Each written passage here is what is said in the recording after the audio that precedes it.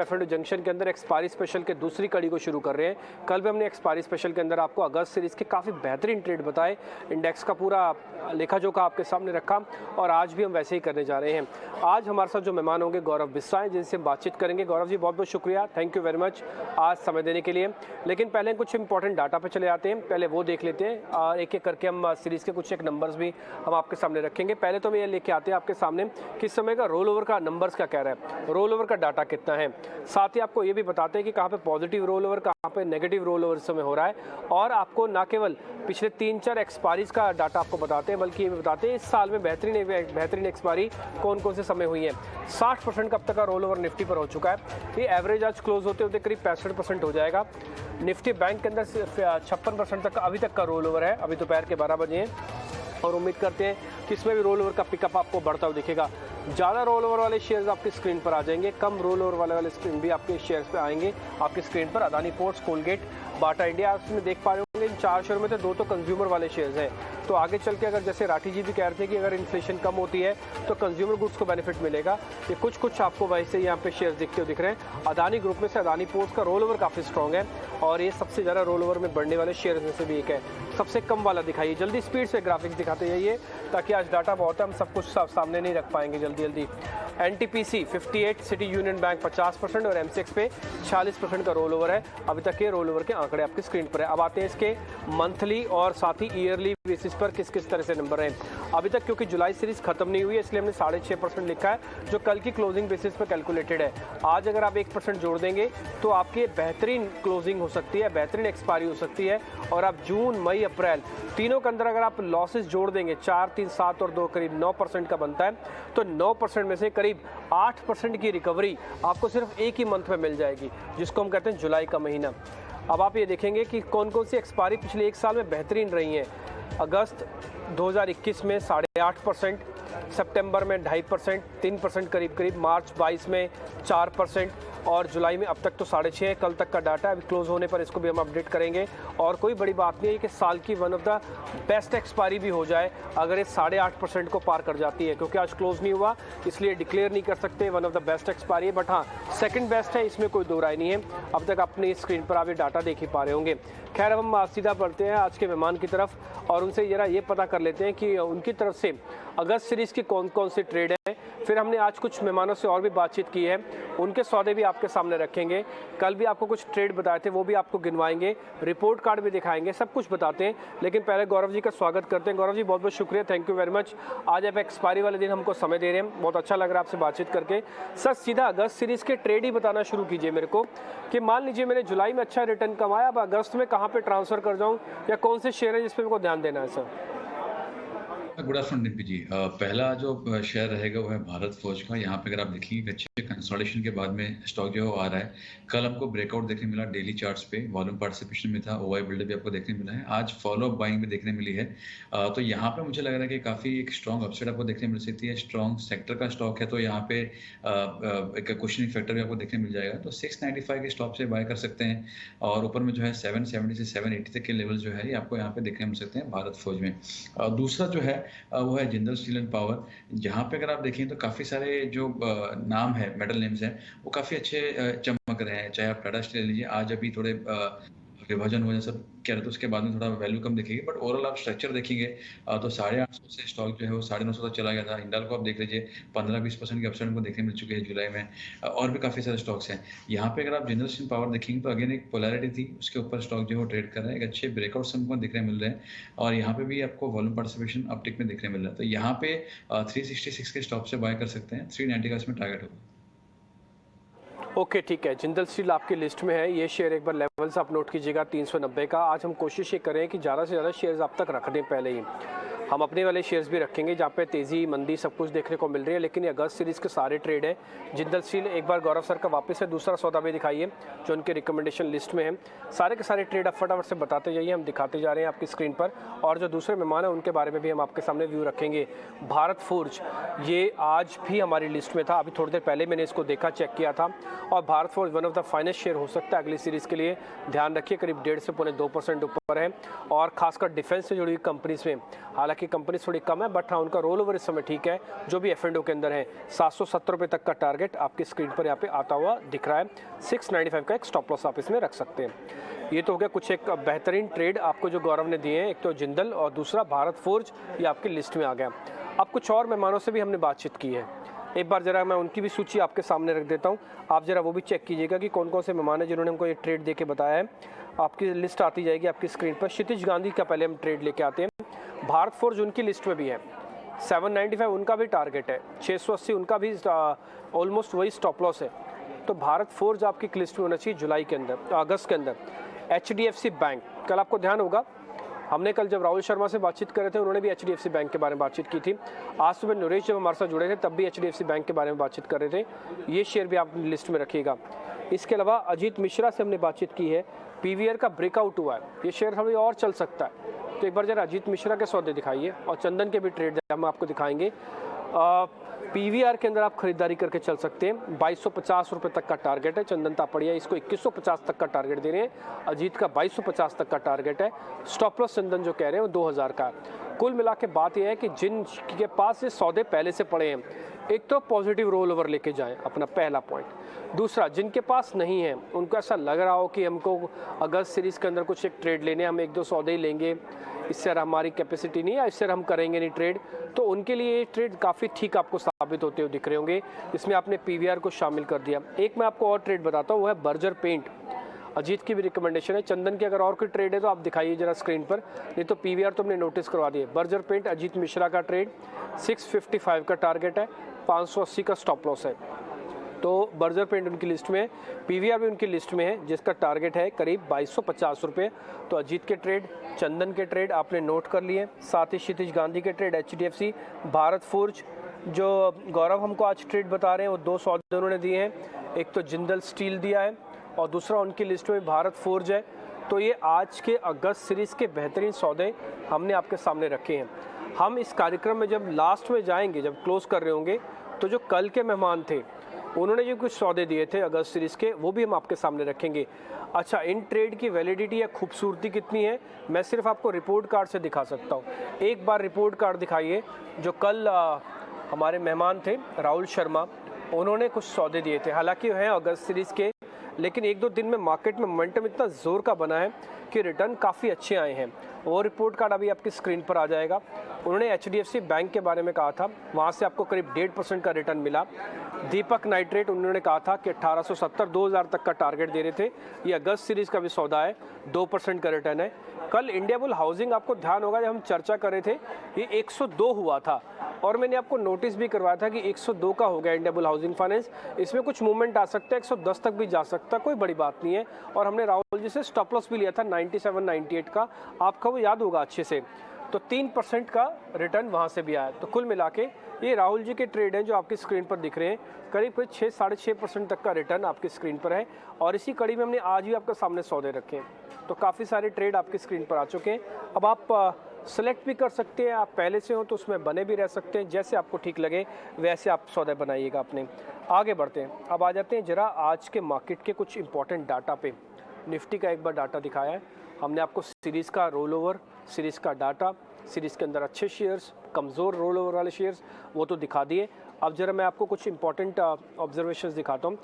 इस समय निफ्टी के अंदर क्या हो रहा है, बैंक निफ्टी के अंदर क्या हो रहा है। अगर आप निफ्टी के हिसाब से देख रहे हैं इसके अंदर, तो आपको करीब 18% का ओपन इंटरेस्ट एडिशन है। अगस्त कॉन्ट्रैक्ट है, ये खरीदारी है। एक्सपायरी होते समय जुलाई वाला छोड़ दीजिए और स्टार्ट होते समय अगस्त वाला छोड़ दीजिए, क्योंकि हाथ बदला होता है, इसलिए ओपन इंटरेस्ट काफ़ी हद तक वाइल्ड आता है, इसको थोड़ा सेटल होने देते हैं, ठीक है। लेकिन फिर भी ये हाथ बदला ये ज़रूर आपको बता रहा है कि इस सीरीज़ के अंदर सौदों की अच्छी कटान हुई है और अगली सीरीज़ में सौदे मंदी के नहीं गए हैं, वो तेज़ी के ही ट्रांसफ़र हुए हैं। अब आगे चल के रोल कैसे होता है वो अलग मामला है, लेकिन अच्छे ट्रांसफ़र हुए हैं। 200 दिन की एवरेज आप अपनी स्क्रीन पर देख पा रहे हैं, जो कि 17,000 है। शायद हो सकता है बाज़ार यहाँ पे आके रुकने की कोशिश करे, बट आप ध्यान रखिएगा ये 17,000 का लेवल बहुत इंपॉर्टेंट है, 17,033। हम तो उम्मीद करते हैं कि 200 दिन एक बार टच कर जाए, फिर भले जो भी हो, बट फिर भी ध्यान रखिएगा आप। गौरव से एक बार समझ लेते हैं कि वो कौन से लेवल्स पे ज़्यादा बुलिश हैं और बेरिश हैं। गौरव, बहुत शुक्रिया। आप ज़रा मेरे को निफ्टी के लेवल्स के ना बारे में बताइएगा। अब मेरे को जो ना नियर बाय का सपोर्ट आपसे पता करना है कि अगर मैं चरणबद्ध तरीके से आ गया हूँ निफ्टी के अंदर, या मैं रोल भी कर गया हूँ, तो मेरे को दो इम्पॉर्टेंट सपोर्ट कौन से और दो इम्पॉर्टेंट रेजिस्टेंस कौन से हैं निफ्टी के, जरा वो क्लियर कीजिए सर मेरे को आप। देखिए निफ्टी फ्यूचर्स की अगर बात की जाए तो हमने एक अच्छा स्विंग हाई बनते हुए देखा है। तो इसके पहले अगर रेजिस्टेंस की अगर बात की जाए तो यहाँ पे जो रेजिस्टेंस देखने मिलेगा जो 17,000, जहाँ पे अगर आप देखेंगे करंट सीरीज का भी काफ़ी हाई कॉन्सेंट्रेशन वगैरह था, और एक साइकोलॉजिकल फैक्टर भी आपको वहाँ पे देखने मिलेगा। तो मेरे जो फर्स्ट हर्डल मुझे देखने मिलेगी वो आपको 17,000 के आसपास में देखने मिल सकती है। और उसके ऊपर अगर इंडेक्स अगर जाता है तो वहाँ पे थोड़ा एक और प्रेशर जो है, प्रेशर मैं नहीं कहूँगा, लेकिन जो अगला जो हर्डल जो आपको देखने मिल सकती है वो होगा 17,150 से 17,180 का। तो मेरे लिए जो हर्डल वगैरह होगा वो 17,000 होगा, ये निफ्टी फ्यूचर्स की बात कर रहा हूँ, और 17,180 ये भी फ्यूचर क्लियर होंगे। और रही बात वही सपोर्ट्स की, तो सपोर्ट्स अगर आप देखेंगे तो यहाँ पे 16,780 एक अच्छा एक इमीडिएट सपोर्ट के तौर पे उभरते हुए आएगा, जहाँ पे मुझे लग रहा है कि काफ़ी अच्छा मौका आपको देखने मिल सकता है। और उसके नीचे अगर देखा जाए कि उसके अगर वो टूटता है, अगर वायलेट अगर हो जाता है, तो 16,625 ये मेरा दूसरा सपोर्ट रहेगा, जो निफ्टी फ्यूचर्स के लिए काफ़ी कायम हो सकता है। ओके ठीक है, तो आप ये कह रहे हैं कि 17,000 आपके लिए पहला पॉइंट है, आप अभी होल्ड कीजिए। जिनके पास पोजीशंस लॉन्ग है, अगर आप खरीदने जाएंगे तो वैसे आप चेक करेंगे तो आपका सिर्फ 100 पॉइंट ही मिलेगा फ्यूचर्स में, क्योंकि फ्यूचर्स में इस समय जो मैं जुलाई का चेक कर रहा हूँ वो तो 890 का है। अगर अगस्त के अंदर आएंगे तो 10-15 पॉइंट का प्रीमियम होगा, तो 900 तो आपको वैसे ही मिलेगा। तो आपके पास 100 पॉइंट की गुंजाइश और है इसके अंदर, तो 17,000 तक का आपका टारगेट हो जाएगा। अभी होल्ड ही करके रखना है निफ्टी को। और दूसरा स्टॉप लॉस, अब जो पहला स्टॉप लॉस है वो 16,780 का है। सर नियर बाय का कुछ और स्टॉप लॉस भी आप दे सकते हैं, फिर 780 रखें सर? देखिए जो हिसाब से आज गैप अप ओपनिंग हुआ था, तो उसके बाद में क्या है कि काफ़ी अग्रेसिव स्टॉप लॉसेस हो जाएंगे अगर यहाँ पे देख रहे हैं तो। लेकिन अगर किसी को लगे कि नहीं और इसके एकदम और टाइट स्टॉप लॉसेस वगैरह चाहिए, तो मैं समझता हूँ 16,815 820 के लेवल भी आप एक बार इसमें देख सकते हैं। क्योंकि यहीं पे जो ओपनिंग के बाद जो पहला कैंडल का जो लो था वो ये आसपास का ही आ रहा है। तो मुझे लगता है कि 16,820 815 820 ये आप एक टाइट स्टॉप लॉस के जरिए इस्तेमाल कर सकते हैं। नहीं ठीक है सर, आपकी मैं बात के साथ एग्री करता हूँ। और इसमें क्योंकि वॉलेटिलिटी काफ़ी है, हालांकि विक्स हमारा 17 का हो गया है, लेकिन क्या इसी रेंज के अंदर भी आपको ना ड्रैग करता हुआ लेके जा सकता है बाजार, क्योंकि गैप के साथ खुला हुआ है। तो इसलिए कोई बड़ी बात नहीं, आप वही रखिएगा 16,780 या फिर 800 को आप एवरेज कर लीजिए कि मेरा 800 का एक स्टॉप लॉस है, इसके नीचे मैं अगर लॉन्ग पोजीशन तो मैं सारी काट दूंगा, क्योंकि आज गैप मिला है आपको 16,800 आराम से आपने चेस किया है, तो आपका ये फिक्स वाला है। आ जाते हैं आप जरा बैंक निफ्टी पे। सर जरा बैंक निफ्टी के भी लेवल्स बता देंगे आप, फिर हम थोड़ा और आगे बढ़ेंगे। बैंक निफ्टी में जो मेरे पास डाटा है उसके अकॉर्डिंग जो ओपन इंटरेस्ट है वो करीब 13% का, हालांकि खरीदारी अच्छी है। 37,000 के ऊपर इसमें और शॉर्ट की उम्मीद थी, कवरिंग आएगी, आ भी रही है।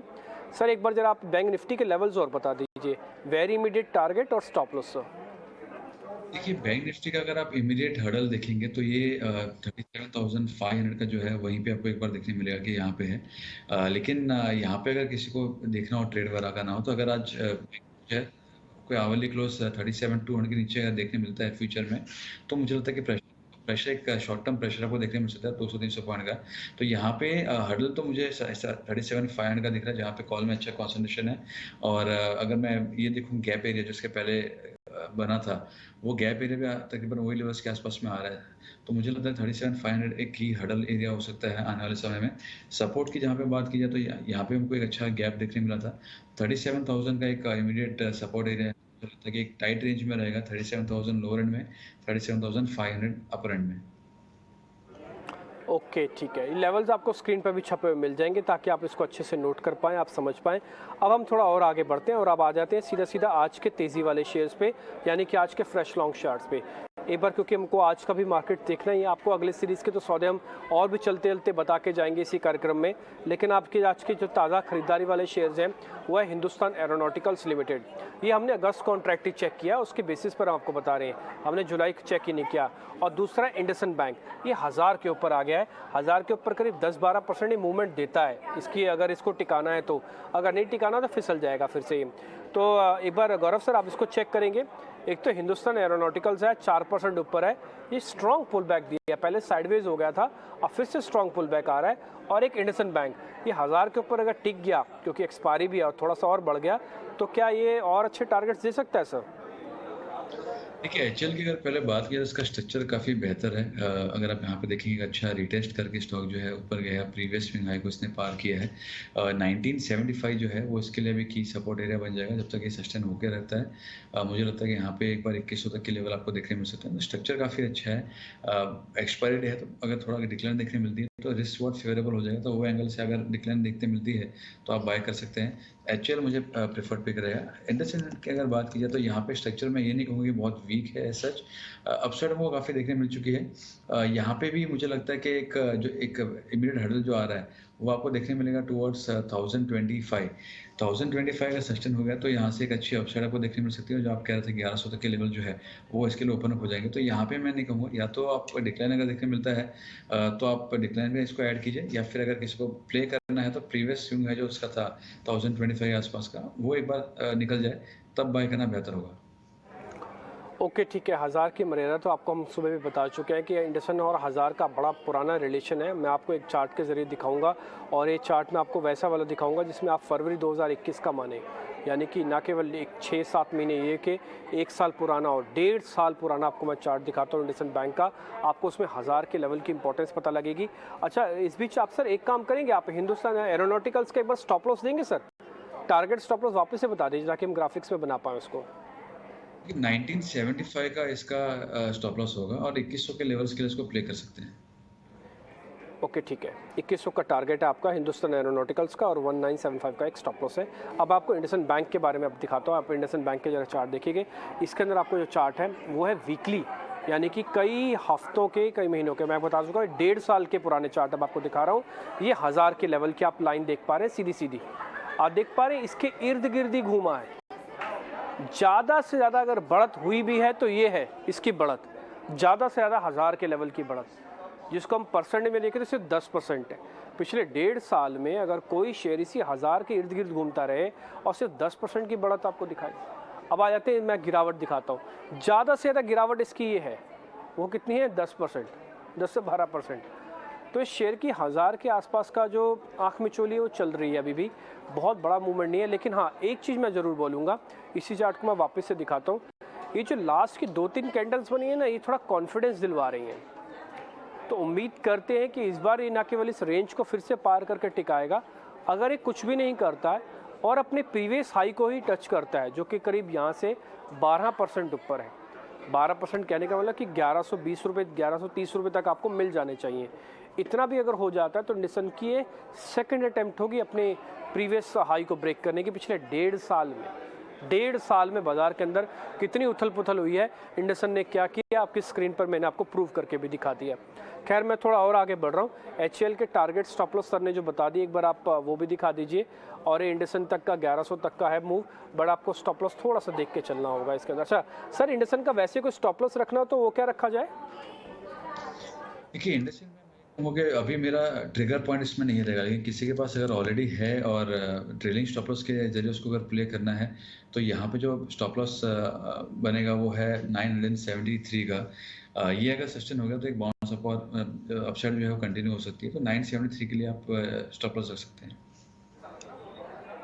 ठीक है, 973 का हमने स्टॉप लॉस डाल दिया। गौरव बिस्सा की रिकमेंडेशन 1025 के ऊपर ट्रिगर होने की है। आज की क्लोजिंग चाहिए, इसलिए अभी 1010 चल रहा है। सर कह रहे हैं कि 1025 पार हो जाए फिर उसके बाद इस शेयर को हम देखेंगे। लेकिन फिलहाल ये हज़ार की जो इंपॉर्टेंस है वो मैंने आपको ज़रूर बता दी है। अगर ये चल जाता है, ट्रिगर हो जाता है, तो फिर 1100 तक के भी टारगेट आपको मिल जाएंगे। वही जो 10% वाला मूवमेंट मैंने आपको बताया था वो सर की कॉल में भी कन्वर्ट हो रहा है, बट इसमें कंडीशन है 1025 के ऊपर आके आना है। ट्रिगर नहीं हुआ अभी सर की तरफ से। आते हैं शॉर्ट कवरिंग के 2 शेयर मैं आपको और दिखाता हूँ, बड़ा इंटरेस्टिंग है। मेरे को पॉलीकैब का चार्ट काफ़ी इंटरेस्टिंग दिखा। ये वीकली बेसिस पर भी काफ़ी अच्छा मूवमेंट दिखा रहा है। आज 2-2.5% ऊपर है सर।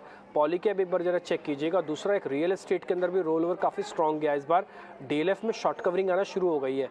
सर इन दोनों चार्ट्स को भी जरा चेक कर लीजिए, दोनों के जरा लेवल्स बता दीजिए। एक तो डीएलएफ, दूसरा पॉलीकैब। देखिए, पॉलीकैब मेरे रेडार पे भी है, लेकिन यहाँ पे 2 तरीके हैं। अगर कोई पोजिशनल प्लेयर अगर है तो यहाँ पे अगर आप देखें तो 1 साल का कंसोलिडेशन इसमें चालू है, जहाँ पे काफ़ी स्ट्रॉन्ग सपोर्ट्स हैं 2100 के आ रहे हैं। कोई डिक्लाइन अगर आपको 2220 के करीब देखने मिलती है, 2200-2220 के करीब, तो आप बाय कर सकते हैं। और ये आप 2500-2600 के लिए प्ले कर सकते हैं। अब रही बात ट्रेडर क्या किया जाए, ट्रेडर के लिए मैं कहूँगा तो 2300 एक काफ़ी क्रिटिकल एरिया है।